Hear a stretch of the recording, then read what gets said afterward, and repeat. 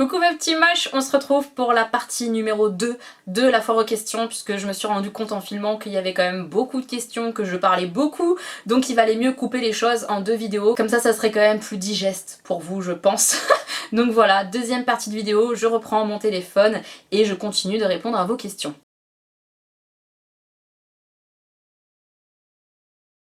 Alors là on me pose une question par rapport au fait que je ne mange pas de viande, donc effectivement je ne mange pas de viande et on me demande si c'est par rapport à mon opération, si c'est par conviction.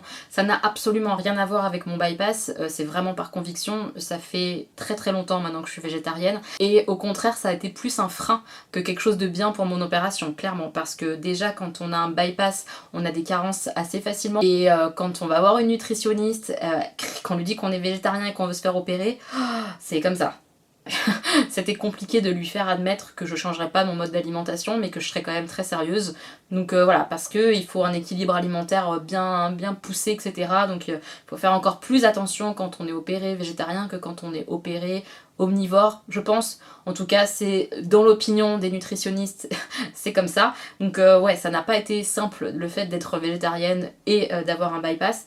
Mais ça fonctionne très bien et je vais très bien. Et elle me demande quel a été mon déclic pour arrêter la viande. Pour arrêter la viande, j'ai vu le film Earthlings, je sais pas le dire, je vous le remettrai en barre d'informations. C'est un film qui parle de l'animal, de sa souffrance, du fait que ce soit un petit peu notre esclave, pour pas dire beaucoup. Enfin voilà, c'est un film qui m'a beaucoup remuée et honnêtement, comme je l'ai déjà dit dans pas mal de mes contenus, dans l'idée, moi, dans mon optique de vie, je devrais plutôt être végane. Vraiment en termes d'idéologie. Maintenant, dans les faits, je suis végétarienne parce que je suis très égoïste, comme beaucoup d'humains. Voilà. Que faisais-tu avant YouTube? Bah j'étais créatrice de faire part tout court, et puis avec YouTube j'ai été les deux. La personne me demande aussi quelles sont les erreurs que j'ai faites dans ma vie, mais qui au final m'ont fait évoluer. Et enfin, quelles sont les choses que je désire faire et que je n'ai pas encore pu réaliser. Les erreurs que j'ai faites dans ma vie. Là je reviens sur ce que j'ai répondu dans la première partie de FAQ, à savoir que les regrets, je pense que ça n'aide pas. Parce qu'effectivement chaque chose que tu rates finalement, ou chaque erreur, ou chaque faux pas, fait que tu es ce que tu es ensuite. Donc il n'y a pas de regret à avoir, il n'y a pas de changement à faire ou à espérer. Les choses sont comme ça. Donc j'ai pas de réels faux pas. Non, j'ai pas de faux pas dans ma vie, j'ai fait des choix qui m'ont mené là où je suis et c'est pas si mal, malgré tout c'est pas si mal. Donc non, j'ai pas de regrets. Et enfin, quelque chose que je désire faire et que je n'ai pas encore réalisé, y a rien d'énorme que j'ai pas encore réalisé. Et honnêtement, je pense que je vais être dans l'avenir beaucoup plus, comment dire, beaucoup moins conte de fées, beaucoup moins mignonnette. J'ai beaucoup dit que dans ma vie, j'étais contente de ma vie parce que j'avais mon mari, parce que j'avais mes enfants, parce que ma vie était belle, ce qui était complètement vrai. Hein. Et pour arriver à ce résultat aujourd'hui, où mon mariage est terminé, où j'ai toujours mes enfants évidemment, mais où j'ai une vie qui est beaucoup moins parfaite et beaucoup moins idéale que celle que j'avais et celle que j'espérais, du coup je vais beaucoup moins être dans l'espoir de choses de ce style-là. Je sais pas si je suis claire dans ce que j'exprime, mais en gros j'ai l'espoir et j'ai le rêve de plein de petits bonheurs merveilleux en fait, mais vraiment. Et c'est bête à dire, mais ouais, vraiment des petites choses, des petites rencontres, des petites soirées, des petits moments. Plein de petites choses. Je suis dans le petit en ce moment, je suis pas dans le grand rêve absolu. Je rêve pas par exemple de rencontrer un prince charmant qui va m'aimer toute ma vie. Non, je rentre plus là-dedans je pense. Ou en tout cas, là maintenant tout de suite, je suis pas dans cette disposition-là. Peut-être que dans 5 ans vous entendrez un autre discours, j'en sais rien. Mais je suis plus dans le vivre vraiment à fond. Mais vivre des choses simples et agréables, une balade dans Paris, voilà, des choses simples. Donc j'ai pas de rêve que j'ai pas encore réalisé, en tout cas j'en ai pas là maintenant tout de suite. Si jamais j'ai un rêve, je vous en parle. Je vois que tu lis beaucoup, c'est d'ailleurs grâce à toi que j'ai repris la lecture, merci, et j'aimerais savoir ce que tu penses des liseuses, si tu as déjà essayé, si tu aimes ou aimerais, merci. Ah bah écoute, je suis déjà super contente que tu lises, entre guillemets, grâce à moi, parce que je t'ai redonné envie de lire, ça c'est trop cool, parce que je trouve que lire c'est vraiment chouette, ça te donne une belle échappatoire dans ta vie, ça fait du bien de lire, clairement, en tout cas moi ça m'en fait beaucoup. Au niveau de la liseuse, j'ai toujours espéré en avoir une un jour, parce que je trouve ça hyper pratique, et j'en ai reçu une en cadeau il y a très peu de temps, je suis tellement heureuse. Donc là je suis en train de mettre des livres etc dessus et je pense que ça va être mon nouveau meilleur ami quoi. C'est tellement petit, plat et tout, ça a l'air trop bien en termes de confort de lecture, au niveau de l'écran je veux dire, ça a l'air trop bien, ça a l'air de pas t'abîmer les yeux, puis c'est super léger donc tu mets ça dans ton sac à main, tu pars, tu lis dans les transports et tout, oh, ça a l'air trop bien, donc voilà ce que j'en pense. Ça a l'air trop bien, je vous en fais un retour très prochainement quand j'aurai bien testé et tout, mais je pense que pour quelqu'un qui bouge pas mal ou quoi, ça doit être trop bien, vraiment. On me demande comment je sélectionne mes partenariats. C'est assez simple en fait, au niveau du partenariat, à 99% du temps, les gens me contactent par mail ou quoi, et me proposent quelque chose, ou en tout cas me parlent de leur marque, et après on échange. Il y a plusieurs choses qui pour moi sont rédhibitoires dans le sens où ça me fait dire non. Première chose c'est, est-ce que c'est quelque chose qui me plaît? Si c'est quelque chose qui me plaît pas, c'est non. En fait, direct. Ensuite, c'est est-ce que c'est quelque chose qui va être intéressant sur la chaîne? Si je ne visualise pas un contenu intéressant à partir du partenariat, c'est non aussi. Et ensuite, c'est est-ce que, évidemment, je suis libre de dire absolument tout ce que je veux. Si c'est pas clair ou si c'est non pour la marque, et ben c'est non pour moi aussi, pas de partenariat. C'est des choses simples, hein, voilà. Comme je vous l'avais déjà dit, je vous le redis, la notion de besoin rentre pas réellement en ligne de compte, c'est-à-dire est-ce que j'ai besoin de cette crème? Non, j'ai 50 crèmes à la maison. J'exagère, j'en ai pas 50, mais je veux dire que j'ai des crèmes, donc est-ce que j'ai besoin d'une crème supplémentaire? Non, j'ai pas de besoin. Est-ce que j'ai besoin de fringues supplémentaires? Non. Est-ce que pour autant je vais refuser? Non, parce que le besoin rentre pas dans le partenariat. Pour moi, ce qui rentre dans le partenariat, c'est l'envie. Est-ce que ça me tente? Est-ce que ça me fera plaisir? Et est-ce que ça va faire un contenu qui va me plaire, qui va me botter de faire? Est-ce que j'ai une idée? Est-ce que ça va être intéressant pour la chaîne et pour les abonnés? Voilà, c'est à peu près comme ça que je raisonne. Et je cherche aussi à éviter tout ce qui est dropshipping ou ce genre de choses. Maintenant, on n'est pas à l'abri que je me fasse avoir. J'essaye de pas valider de partenariat avec des sites qui nous revendent des produits achetés sur AliExpress 5 € qui nous le revendent à 80. Voilà, j'essaye. Je suis pas à l'abri de me planter, mais voilà, c'est comme ça que je sélectionne entre guillemets mes partenariats. Elle me demande pourquoi est-ce que j'ai choisi la danse et qu'est-ce que ça me procure physique, mental, amical, etc.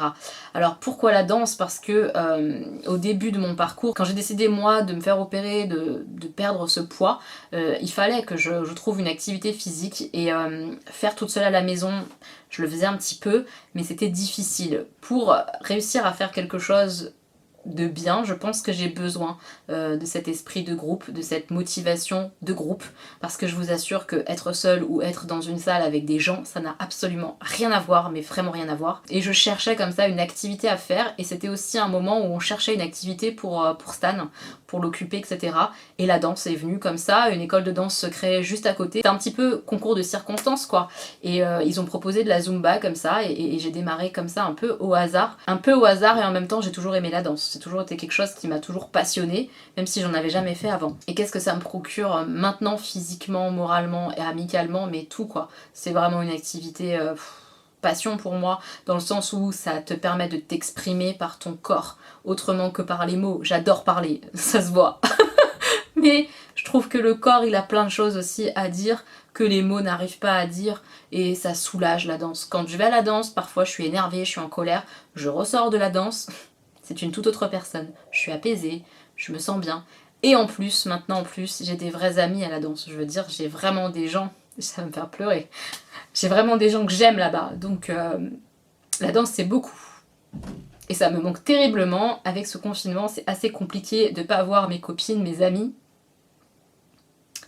Et de pas pouvoir m'exprimer par la danse, ouais, c'est beaucoup la danse. Autant physiquement évidemment que ça me permet de me maintenir dans une certaine forme et de maintenir un certain poids, c'est évident, mais autant aussi moralement, c'est tellement important pour moi maintenant quoi, c'est une source de vrai bonheur. Un bonheur simple comme on en parlait tout à l'heure. Quel est ton péché mignon sucré et salé? Sucré, j'en ai tellement. Je suis un bec sucré. Clairement, déjà, à choisir entre le sucré et le salé, ça serait carrément le sucré. J'adore les éclairs au café.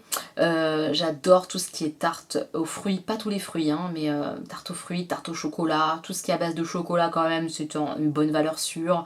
Tout ce qui est pâtisserie, viennoiserie, croissant, tout ça, j'adore ça. Un petit croissant, là, ça serait pas mal. Ouais, vraiment, tout ce qui est sucré, pour moi, c'est la vie. Et en salé, j'aime bien quand même tout ce qui est chips, comme ça, un peu gras, quoi, vous voyez? Un peu vraiment bien gras même. Tout ce qui est chips. Et en termes de plat, un bon plat de lasagne végétarien du coup, mais un bon plat de lasagne, j'aime vraiment ça. Voilà. Comment ta famille a pris le fait que tu fasses des vidéos YouTube? Très très bien, très très bien, ils m'ont toujours encouragée. Et même encore maintenant, je le redis, mais mon ex Jean, il m'encourage toujours là-dedans, il trouve ça génial ce que je fais. Et voilà, donc ma mère adore ça, mes enfants sont fans évidemment, donc là par contre je dose les choses, hein, parce que c'est notre rôle de parent de doser comme ça les choses pour nos enfants par rapport à YouTube, je trouve. Mais ouais, tout le monde est heureux que je fasse ça, quoi. As-tu envie d'arrêter ta chaîne? Jamais. Jamais, et puis je pense que si j'ai l'envie, bah je le ferai, mais non, jamais, pour l'instant ça m'est jamais arrivé. Qu'est-ce que ça t'apporte de faire des vidéos? Entre parenthèses, plus de confiance. Oui, je pense que ça m'apporte quand même plus de confiance et aussi beaucoup d'amour. Vous m'apportez beaucoup d'amour. Un amour qui fait du bien, évidemment, qui a été parfois plus nécessaire qu'à d'autres moments. Mais il m'apporte aussi beaucoup de partage, d'échange avec vous. Et c'est ça que je recherchais principalement en faisant cette chaîne, c'est de l'échange, du partage. Et je l'ai carrément et j'adore vraiment ça, de partager avec vous, quoi. Si on te pose la question avec quelle marque aimerais-tu faire un partenariat, seul le partenariat de ta vie, ce serait laquelle? Comme je vous ai dit tout à l'heure, j'en sais vraiment rien. Je pense que ça serait quelque chose d'accessible un peu pour tout le monde. Je me vois pas faire un partenariat par exemple avec Dior, avec Chanel. Des marques que je connais très très peu, ça non. Mais ouais, je pense que Make Up Revolution par exemple, ça serait cool, même si c'est pas la marque wouh, bah j'aimerais bien, je pense. Même si c'est le seul partenariat que je fais de toute ma vie. Ça serait déjà dingue, vous rendez compte un peu? Ce serait un truc de ouf. Coucou Elodie, quelle sera la première chose que tu feras quand on aura le droit de ressortir? Aller à la danse, la médiathèque, action pour les sauces? Et après elle m'a mis un petit smiley qui rigole. Bon confinement et merci à toi pour le contenu que tu nous offres. Quoi que tu en penses, il contribue à mon bien-être. Et ça c'est adorable, merci beaucoup. Alors la première chose que je vais faire, ouais, je pense que ça va être d'aller danser, d'aller voir les copines de la danse, etc. C'est évident. J'ai aussi des gens à voir, j'ai très envie de voir certaines personnes, donc j'ai hâte, ouais, ça va être des sorties pour moi égoïstement en tant que femme, j'ai très très hâte de sortir, ça va être des sorties, aller sur Paris, etc., dans un pub, profiter d'une terrasse, enfin ouais, j'ai hâte de sortir et de voir des gens, c'est surtout ça, voir des gens, voir des gens. Crois-tu que tu vas rebondir, te reconstruire? Alors ne te pose plus la question, nous en sommes persuadés, tranquillement mais sûrement, forcez-le. Alors déjà ça c'est hyper mignon, merci beaucoup beaucoup. Est-ce que je pense que je vais rebondir? Alors il y a plein de jours où je vais te dire oui, je suis déjà en train de rebondir et je vais vraiment mieux. Et je me reconstruis chaque jour, je le sens en fait. Donc oui, je suis persuadée de ça. Puis il y a des rares jours quand même où je vais te dire non, je suis qu'une nulle, je vais jamais y arriver, j'aurai jamais de travail, je vais plus jamais être amoureuse, personne va m'aimer. Voilà, il y a des jours comme ça. Et puis il y a des jours où je suis sûre que de tout l'inverse, que tout ira bien pour moi et que je vais être encore plus heureuse qu'avant, tu vois. Mais globalement, je pense que oui, je vais me reconstruire et je vais être heureuse et je vais avoir une vie qui me plaira. Et je pense que ça c'est l'essentiel, mais voilà. Comme tu dis, il faut que je me reconstruise et chaque jour je le fais un petit peu. Christophe, qui est un des rares petits moches de la chaîne, qui me dit « J'aimerais bien que tu répondes au questionnaire de Proust, c'est super intéressant et drôle, il est dispo sur internet. » J'ai regardé un petit peu, parce que quand il m'a dit ça, je me suis dit « Mais qu'est-ce que c'est? Je connais pas. » J'ai regardé un petit peu, du coup je le garde de côté, et je vais faire un maquillage blabla avec ce questionnaire-là. Donc je vais déjà un peu préparer mes réponses, parce que des questions qui sont quand même un petit peu...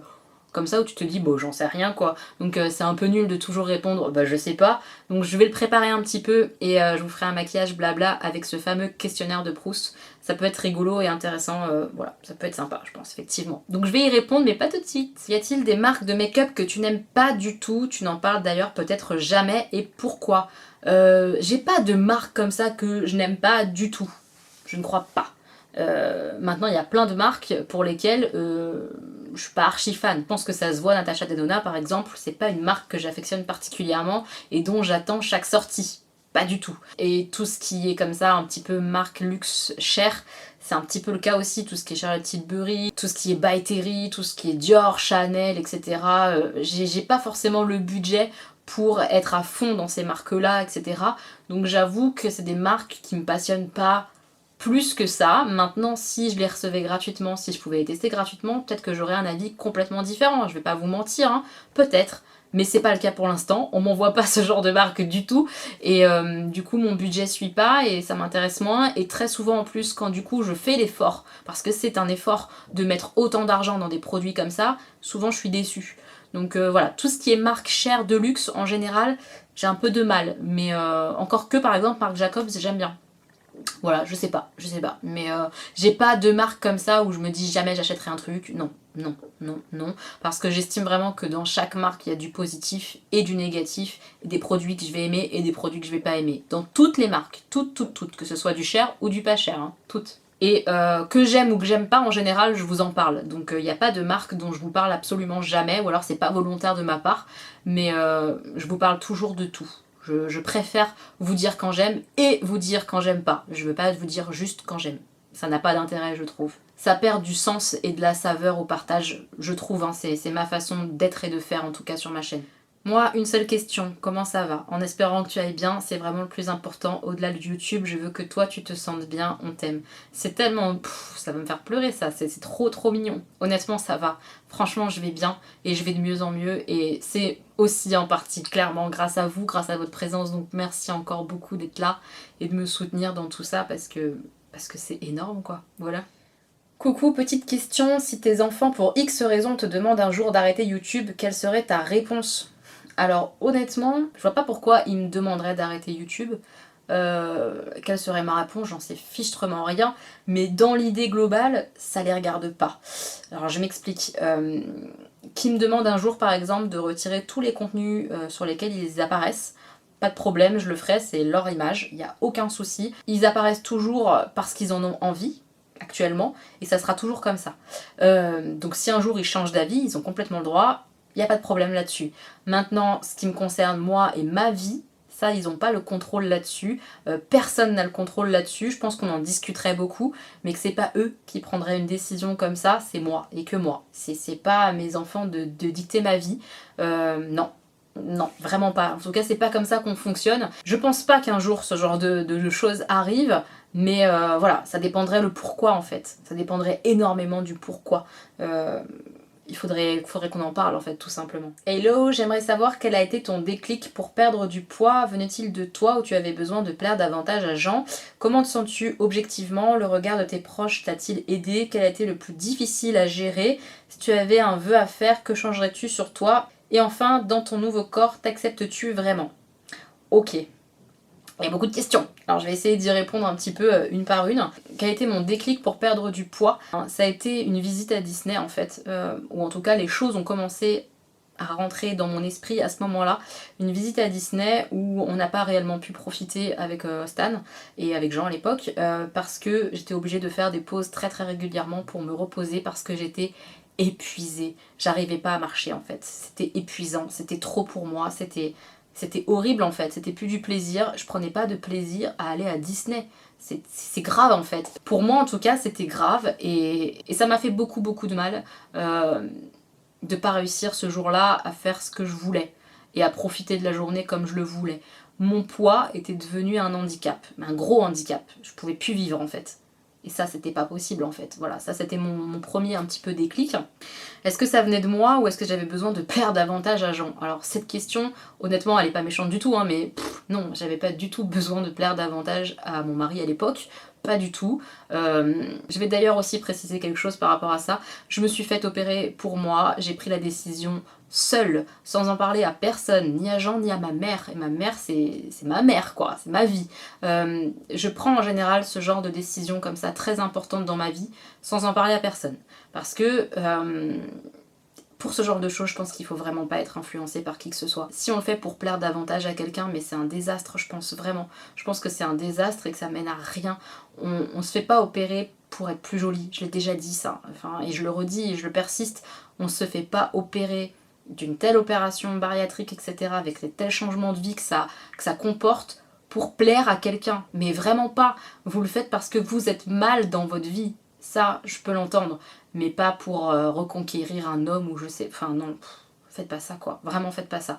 Donc non, ma vie sentimentale avec Jean à l'époque allait très très bien, et jusqu'il y a 3 mois, ma vie sentimentale avec Jean allait très très bien. Donc on ne se sépare pas à cause de mon poids ou de mon physique, absolument pas. Ça n'a rien à voir, ça n'a absolument rien à voir, et Jean n'a pas eu d'influence sur moi par rapport à mon opération. Au contraire, je pense qu'il avait plus peur que d'envie par rapport à ça quoi. Il m'a suivi là-dedans parce qu'il a senti que moi j'en avais besoin, et il a été un soutien parce que c'était mon compagnon et qu'il était là quoi. Mais c'était pas sa décision du tout, du tout, du tout. Et la décision n'a pas été prise pour lui plaire, pour lui faire plaisir. Pas du tout non plus. Comment te sens-tu objectivement? Aujourd'hui, comme je vous ai dit, j'ai des périodes où je me sens encore jolie. Là je me regarde, attendez. Là je me regarde et je me sens un petit peu mignonne aujourd'hui et tout, mais il y a des périodes où je me sens dégueulasse. Ça arrive encore. Il faut dire la vérité, et oui, parfois, encore maintenant, je me sens pas bien. Je me sens pas bien, mais est-ce que c'est par rapport à moi et mon corps actuellement, ou est-ce que c'est par rapport au fait que finalement j'ai subi un rejet? La personne avec qui j'étais pendant 13 ans n'a plus voulu de moi et m'a quittée.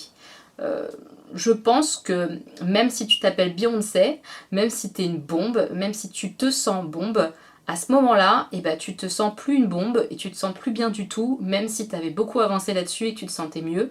Donc voilà, objectivement, maintenant, je me sens pas très bien, mais c'est pas lié à moi, c'est pas lié à mon opération, c'est lié à une situation de vie qui est pas évidente de se faire quitter, c'est jamais simple. Maintenant, j'avance là-dessus comme je vous l'ai dit, et je sens semaine après semaine quand même que ça va vraiment mieux à ce niveau-là. Bientôt mon corps et moi on va redevenir très amis, comme on l'était il y a quelques semaines, quelques mois, et j'ai hâte de ça parce que cette sensation-là de bien-être avec moi-même me manque. Le regard de tes proches t'a-t-il aidé? Pas vraiment. Pas vraiment pour l'opération, etc. Pas vraiment. Pour me sentir mieux parfois, oui, un peu. Mais c'est pas spécialement, par exemple, le regard de Jean qui a fait que je me suis sentie mieux au fur et à mesure de ma perte de poids.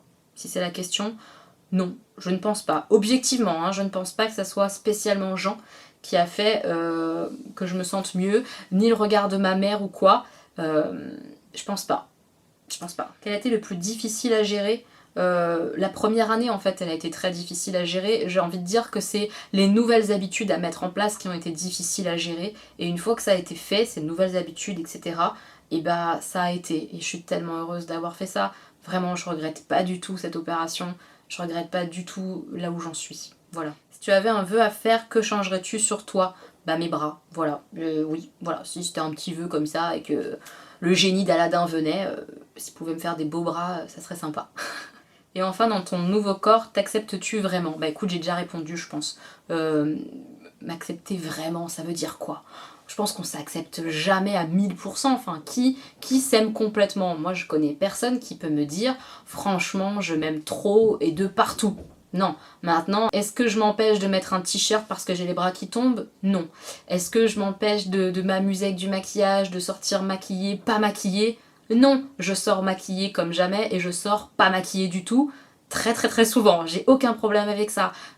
J'ai pas de problème franchement avec moi, je pense, de moins en moins. Là j'ai une phase, comme j'expliquais, un peu particulière, mais je sais que je vais aller mieux. Je vais aller mieux, c'est une évidence, il le faut de toute façon. Mais est-ce qu'un jour je vais vous dire je m'accepte complètement à 100%? Je pense pas, parce que on a tous des petites choses qu'on aime moins chez nous, etc. Maintenant, je trouve que l'essentiel, c'est que ces petites choses qu'on aime moins, ou ces petites choses qui nous gênent un petit peu parfois, elles ne nous bloquent pas pour vivre. Et mon corps, je refuse qu'il m'empêche de vivre désormais, maintenant, depuis quelques temps, depuis quelques années. Et il faut pas que ça redevienne quelque chose de bloquant ou d'handicapant dans ma vie, je refuse. Donc j'essaye d'être amie avec lui, c'est quand même la personne qui va m'accompagner toute ma vie. C'est le seul être dont je suis sûre, c'est moi. C'est la seule personne qui va jamais m'abandonner. Ou alors s'il m'abandonne, c'est la merde un peu quand même. Donc j'essaye de l'aimer et de lui dire merci d'être là quand même. Voilà, même s'il n'est pas parfait, s'il a des cicatrices, ça fait aussi partie de moi et c'est moi. Et merci petit corps d'être là quand même quoi. À quel âge as-tu commencé à te maquiller? J'ai commencé à me maquiller, j'étais au collège, puisqu'on allait acheter notre maquillage chez Jennifer.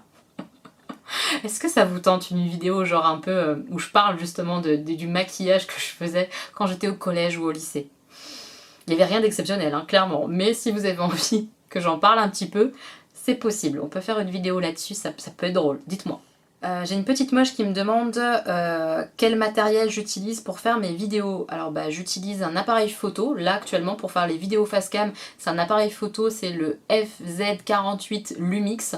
C'est pas le meilleur je pense des appareils photo pour faire des vidéos parce qu'on peut pas brancher de micro sur ce type d'appareil etc. Qu'on n'a pas de retour d'écran, donc moi derrière mon appareil photo avec un trépied que j'ai acheté sur Amazon, j'ai un grand miroir comme ça pour avoir un retour, parce que sinon je vois rien du tout de ce que je filme et c'est compliqué. J'ai un anneau lumineux pour faire un petit peu de lumière. Après pour tout ce qui est vlog, j'utilise mon téléphone portable et ce type de micro là, voilà, un micro que j'additionne comme ça pour avoir un meilleur son, parce que mon téléphone qui est un Huawei P30, c'est un très bon appareil, il a une très bonne qualité vidéo, mais il a un son qui est un petit peu dégueulasse de base, donc je préfère rajouter un micro supplémentaire pour avoir un meilleur son. Voilà, j'en suis là à peu près en termes de matériel YouTube et au fur et à mesure bah, je m'équiperai un peu mieux quoi. Comment fais-tu tes montages et dis-nous le temps que tu y consacres car j'imagine que c'est beaucoup de travail. Alors mes montages je les fais avec le logiciel effectivement Filmora qui est un logiciel payant que j'ai payé, qui est un logiciel quand même assez simple d'accès, il y a plein de tutoriels après sur YouTube pour apprendre encore davantage de choses etc.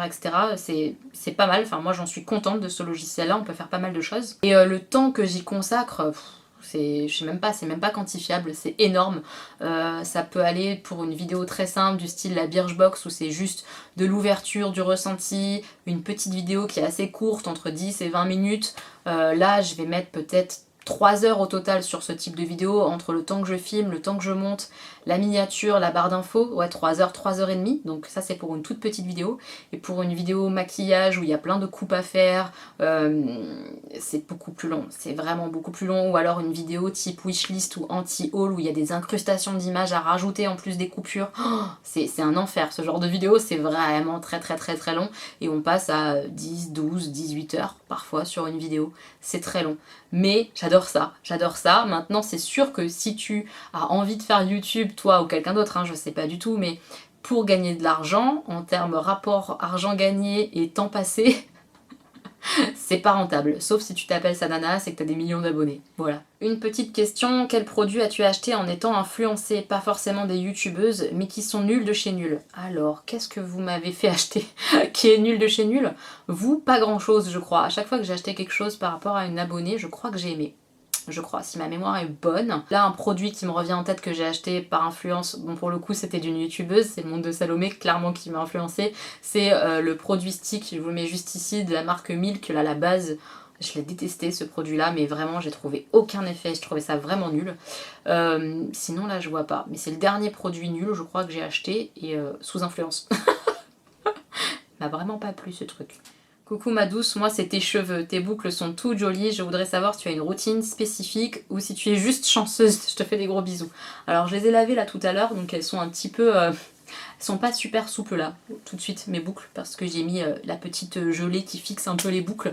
Alors c'est naturel tout en ne l'étant pas, c'est-à-dire que si tu remontes à peut-être 2 ans, voilà dans mes vidéos, mes premières vidéos, j'avais pas les cheveux bouclés, pourtant c'est les mêmes cheveux que j'ai, sauf que je ne savais pas que j'avais vraiment les cheveux bouclés.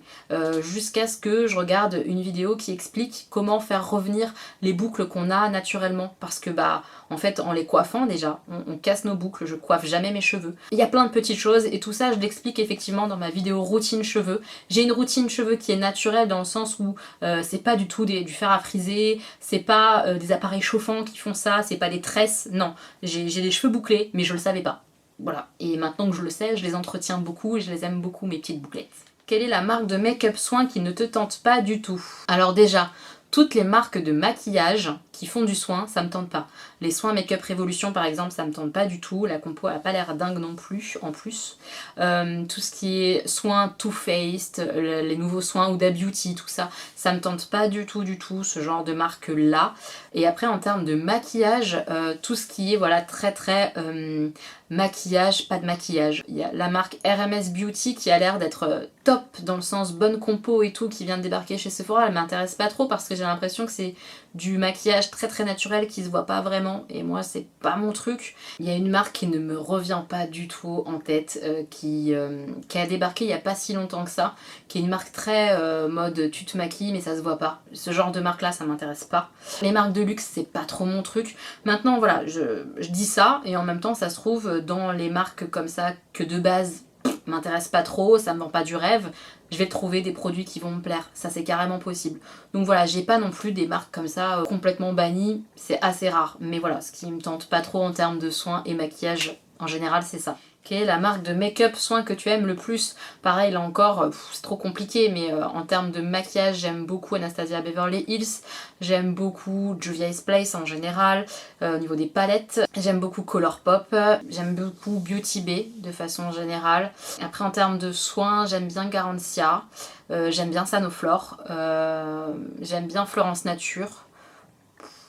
Voilà, en gros les marques comme ça qui me viennent à l'esprit et que j'aime bien.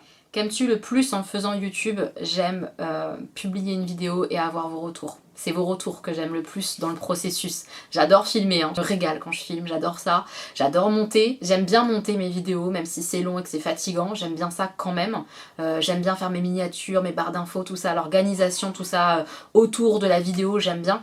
Mais ce que je préfère, c'est avoir vos retours dans les commentaires, les premiers retours que j'ai quand une vidéo est publiée. J'adore aller voir ça, et c'est ça le truc, c'est l'échange que j'ai avec vous que j'aime, clairement. Mon film préféré de tous les temps, c'est beaucoup trop dur ça comme question. C'est trop dur. J'en ai plein des films que j'aime bien, Gwen, ça suffit tes questions bizarres. J'ai fait une vidéo 30 films à voir, voilà, donc allez la voir. Ma série préférée de tous les temps, alors une que j'ai pas citée dans ma dernière vidéo série et que pourtant j'adore et que j'ai bouffé plein de fois et que vraiment c'est un inconditionnel pour moi, Sex and the City. Ouais, vraiment. Vraiment, parce que j'adore ces 4 nanas, je les adore, les 4 personnalités comme ça très différentes qui sont copines. J'ai adoré ça, adoré cette série et ça me donne envie de la revoir. Rien que d'en parler, j'ai envie de revoir Carrie Bradshaw. Si tu ne devais choisir qu'une seule palette aujourd'hui, là tout de suite maintenant, la So Jade de chez Colourpop je crois. Comme ça là, au feeling. Parce qu'il y a quand même plein de fards dedans et qu'elle est trop belle. Un seul jeu de société, mais t'es vraiment trop vilaine. Un seul jeu de société.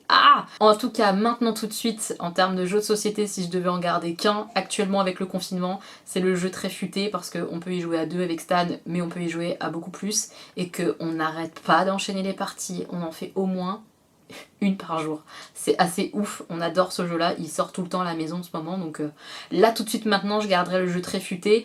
Maintenant je préfère largement des jeux de gestion bien plus complexes que ce jeu là. Coucou Jolie Moche, aurais-tu un souvenir d'enfance à raconter, une grosse bêtise, une honte ou même quelque chose de drôle? Des souvenirs d'enfance, une bêtise, une belle bêtise. Oui, alors avec mon frère on en a fait plein, on a fait les 400 coups. Ma mère travaillait beaucoup donc on restait quand même souvent tous les deux, il me surveillait etc. Il y avait une surveillance limitée quand même, hein. C'est-à-dire qu'une fois quand même on a été dans le KGB sortir une petite, qui était quand même assez grande, piscine gonflable, qu'on a soufflé comme ça à la bouche jusqu'à ce qu'elle soit en état d'utilisation, qu'on a rempli avec des bassines d'eau, on a joué dedans 2 minutes, on l'avait mise comme ça dans le salon, hein. 2 minutes on a joué dedans, puis ça nous a saoulés, on avait froid, donc on est sorti de là et après il fallait vider la piscine avant que ma mère rentre. Et on était un peu pressés par le temps, donc on a commencé avec la piscine d'eau mais ça n'allait pas assez vite pour la vider. Donc on s'est dit bon on va la porter, facile, à l'aise. On a commencé à porter la piscine, carnage, toute la flotte partout, dans le salon, le sol du salon étant de la moquette. On a marché comme ça dans l'eau pendant plusieurs jours. Je sais pas comment ma mère a fait pour ne pas nous tuer à ce moment-là. Self-control hein, quand même, parce que là, c'était un peu raide. On a aussi comme ça tué une télévision en mettant un vase avec de l'eau dedans et des fleurs, parce que c'était mignon. Puis après on a joué avec une balle de tennis dans ce même salon. Et on a renversé l'eau sur la télé. Et l'eau est rentrée dans la télé et plus de télé. Voilà. On en a fait des belles comme ça. Avec mon frère, on a fait pas mal de conneries, clairement. Vas-tu refaire une vidéo où tu nous montres tes palettes pour les yeux, vidéo tri ou autre? Alors c'est pas prévu tout de suite parce que c'est des vidéos que j'aime pas trop faire. Alors c'est pas non plus horrible à filmer, mais c'est des vidéos plutôt que j'aime pas regarder. J'aime pas regarder ça sur les chaînes des copines ou autres, c'est vraiment pas mon truc. Par contre je sais que vous adorez regarder ça sur nos contenus, sur les miens en tout cas clairement, ça fait beaucoup de vues etc. Mais j'aime pas trop étaler comme ça ce que j'ai ou ce que j'ai pas, ça finit toujours avec des petits commentaires un peu à la con, c'est pas trop mon truc. Maintenant, est-ce que je vais en refaire? Sûrement, mais pas tout de suite puisque j'ai fait du tri en dehors de la caméra assez récemment, donc ça va pas être tout de suite que je vais retrier mes palettes pour les yeux. Des rouges à lèvres rouges qui ne font pas les dents jaunes, ça serait très utile. Ah bah je suis d'accord, ça serait utile, mais j'en connais pas spécialement. Je peux pas beaucoup t'aider. Non, j'ai pas de solution miracle pour les rouges à lèvres rouges qui font les dents jaunes. J'ai pas de solution. Coucou Elodie, comment te sens-tu à l'heure d'aujourd'hui? Est-ce que tu tiens le coup? Comment tes enfants vivent la situation? Je tiens le coup honnêtement, mais ça serait quand même beaucoup plus simple sans confinement. On va pas se mentir, le confinement c'est compliqué à gérer. Vous savez que je m'entends bien avec Jean. Maintenant, ça nous empêche pas quand même d'avoir des points où ça va pas, hein. Enfin je veux dire on se quitte donc c'est quand même pas ouh tout va bien dans le meilleur des mondes, tout le temps, en permanence, non il faut qu'on s'accorde etc. Et voilà forcément ce confinement alors que t'essayes de mettre en place des choses correctement avec ton ex c'est quand même difficile, on serait plus heureux lui comme moi je pense mais surtout moi si je pouvais sortir. Lui il a l'air de plutôt bien le vivre, je lui en ai pas parlé mais je pense que ça va quand même, mais moi je serais plus heureuse si j'avais une vie quoi, une vie en dehors de mes enfants et sa présence etc quoi. Tu vis mieux quand t'arrives à respirer, à t'aérer, à t'oxygéner. Donc là c'est pas évident la situation mais c'est pas non plus un enfer. Voilà, je vais pas me plaindre, c'est pas un enfer du tout, on a l'intelligence de faire que ça se passe bien. Donc je dirais que je vais bien, ça pourrait aller mieux et ça va aller mieux dès que ce confinement sera relevé. Je vais respirer, m'aérer et ça sera cool. Donc oui, je tiens le coup. Maintenant, vous le voyez quand même dans les vlogs, il y a des moments où je pleure, il y a des moments où ça va pas. Je pense que c'est normal et c'est humain. Mais franchement, dans la globale, ça va vraiment de mieux en mieux. Comment les enfants vivent la situation ? Je pense qu'ils la vivent correctement, ils comprennent les choses. On leur explique tellement les choses et on leur parle tellement que ça va. Ils ont compris qu'on resterait une famille, c'est-à-dire que Jean et moi, on restera une famille. On ne sera plus un couple amoureux, mais on reste une famille pour nos enfants, on continue de jouer ensemble avec eux par exemple, on continue de partager des choses ensemble. D'une part là parce qu'on vit ensemble, mais dans la globale, on a envie de continuer dans ce sens-là, parce que notre famille, on l'aime quoi. Et lui, comme moi, on tient ce discours-là. Notre famille, on l'aime. C'est juste nous, on s'aime plus. Voilà. Et cette situation-là fait que les enfants, ça va. Voilà, je pense que vraiment ça va, ils ont compris ça et c'est cool quoi. Ils ont compris qu'on n'était plus amoureux, mais ils ont compris aussi qu'on restait une famille. Quelle est ta palette yeux préférée? Ma préférée ces derniers temps c'était la So JD de Colourpop, mais j'ai pas une palette de yeux préférée, c'est trop difficile. As-tu un ou plusieurs produits teint incontournables pour les peaux grasses? Moi j'aime beaucoup la base de teint Origins, je l'adore cette base de teint là pour ma peau grasse. Après j'aime bien la poudre matifiante de chez Kiko, même si elle a tendance à blanchir un peu quand même, et qu'elle a un reflet un peu photo pas terrible. Pour le quotidien, c'est une bonne poudre matifiante. Après, en termes de fond de teint, je pourrais peut-être vous faire une vidéo en fait là-dessus, sur le teint pour les peaux grasses. Est-ce que ça vous intéresse? Parce que après, en termes de fond de teint, j'aime bien le MAC Pro Longwear, j'aime bien le L'Oréal Infaillible, voilà, il y en a plein que j'aime bien, mais est-ce que ça vous dit, voilà, une vidéo spéciale pour les peaux grasses? Je suis pas une experte du tout, mais je peux vous donner mon expérience de peau grasse maintenant tout de suite, qui évoluera dans le temps, quand j'aurai trouvé des produits encore meilleurs par exemple. Mais ouais, je peux faire ça. Quel est ton produit préféré de 2020 pour l'instant? Maquillage et soins. Alors en soins, je sais pas, j'ai pas de réponse là à donner, j'ai pas un produit révolutionnaire encore à vous montrer, mais en maquillage j'ai cette palette là en 2020 là qui m'a vraiment surprise, vraiment c'est la palette comme ça LA Girl, je m'attendais à rien de cette palette mais vraiment, et j'en suis complètement bluffée, la pigmentation est assez incroyable, j'en suis fan de cette palette là, donc ça c'est ma petite pépite 2020 pour l'instant, voilà, c'est celle en tout cas que j'ai envie de citer dans cette vidéo. Coucou, qu'est-ce que tu as appris sur toi depuis ta rupture et les moments difficiles que tu traverses? Est-ce qu'il y a des choses que tu aurais fait différemment dans ta vie sans forcément rentrer dans les détails? Puis sur une note différente, qu'est-ce que tu feras en premier après le confinement? Alors, est-ce que j'ai appris des choses depuis ma rupture? Oui, évidemment. La première chose que j'ai apprise, c'est que malheureusement, même si toi tu donnes ta confiance, les gens sont pas forcément respectueux de ça. Voilà, ça je l'ai appris encore plus en fait avec ce qui m'arrive là, avec ma rupture. Évidemment je donnerai pas de détails sur le pourquoi je dis ça. Chacun interprétera comme il a envie de l'interpréter, ça n'a pas d'importance, mais en tout cas ça n'a pas sa place sur YouTube, le pourquoi. Ça m'a appris quand même qu'il va falloir que je compte principalement sur moi pour être bien maintenant. Je sais pas si ça m'a appris là tout de suite maintenant beaucoup de choses, je veux dire c'est assez récent. Je sais pas si ça m'a appris beaucoup de choses. Je suis encore trop sur le vif.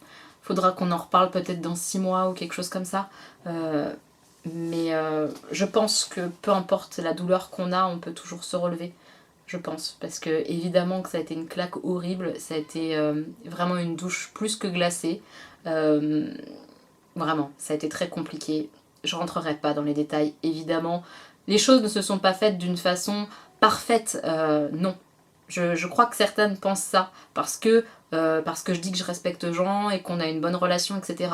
Mais c'est pas parce que je respecte Jean, ce qu'il a été pendant 13 ans, etc.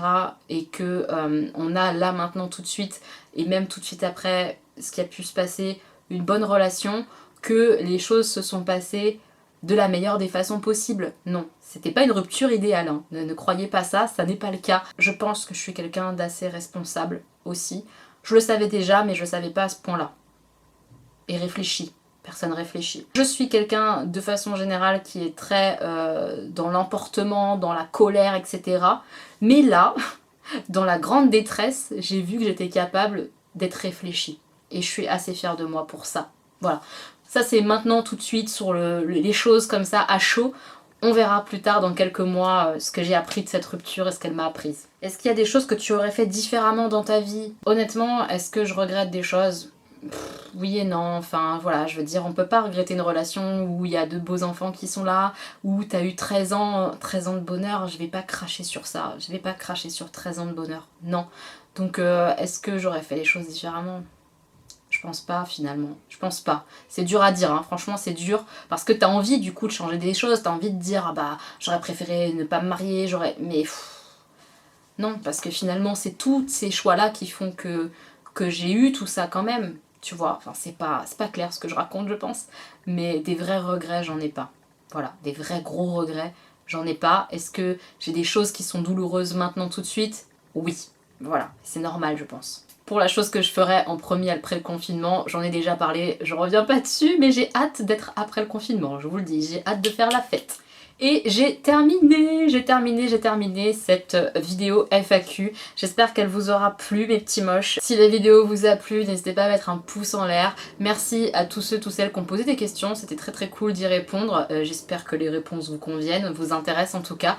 Je vous embrasse très fort. On se retrouve très bientôt pour une nouvelle vidéo de toute façon. Prenez bien soin de vous mes petits moches, je vous embrasse très fort. Si vous avez aimé la vidéo, pensez à mettre un petit like. Merci à tous ceux, toutes celles à nouveau qui vont sur Utip, pour moi c'est adorable et on se retrouve bientôt pour une nouvelle vidéo.